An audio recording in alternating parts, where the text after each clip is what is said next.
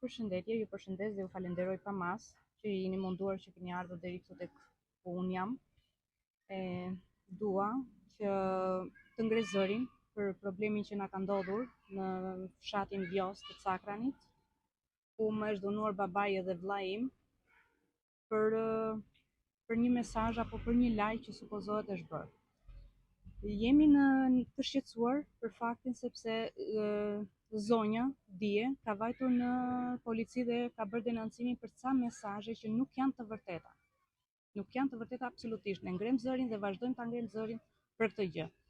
Dua të bëjmë dije që vajza në fjalë duhet të jetë pak më koshiente për gjërat që flet, sepse për disfatat e saj që i ka ndodhur në jetë, kjo nuk do të thotë që familja ime t'i psoj. Ne jemi bërë si telenovel. Mediat janë bërë gjithandej. Ne duam që kjo gjë të mbaroj sot dhe për gjithmonë. T'i japim drejtësi dhe nga shteti ne kërkojmë vetëm drejtësi dhe vetëm drejtësi, asnjë gjë tjetër.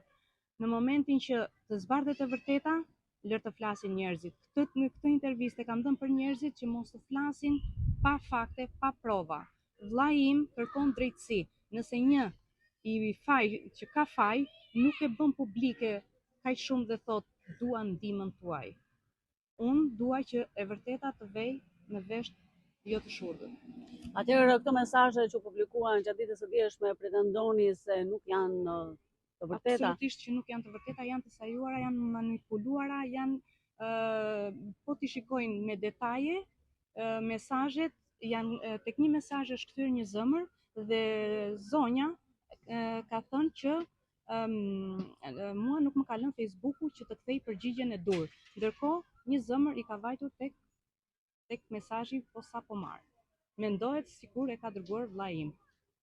Por janë të gjitha sajesa. Dua shumë që kjo gjë të mos vazhdoj. Respektin e kemi pasur në maksimum për familjen Lamaj. Nuk dim pse ndodhi kjo, se kishte zgjidhje. Vajza nuk ishte pse bënte kaq të madhe, por duhet kishte bërë blok në momentin që bezdisësh, ose të na njoftonte ne si familjarët e tij dhe ne ishim të gatshëm që t'i vinim në ndihmë, nëse kishte kaq të bezdisshme. Por ajo që ndodhi, mos të bëhemi më telenovela edhe pallava, të vazhdojmë secili jetën e tij, drejtësia të vëri gjërat në vendin e vet. Ju falenderoj shumë, jeni shumë të respektuar dhe dua thjesht drejtësi. Dhe vllai im është i bindur për çfarë flet.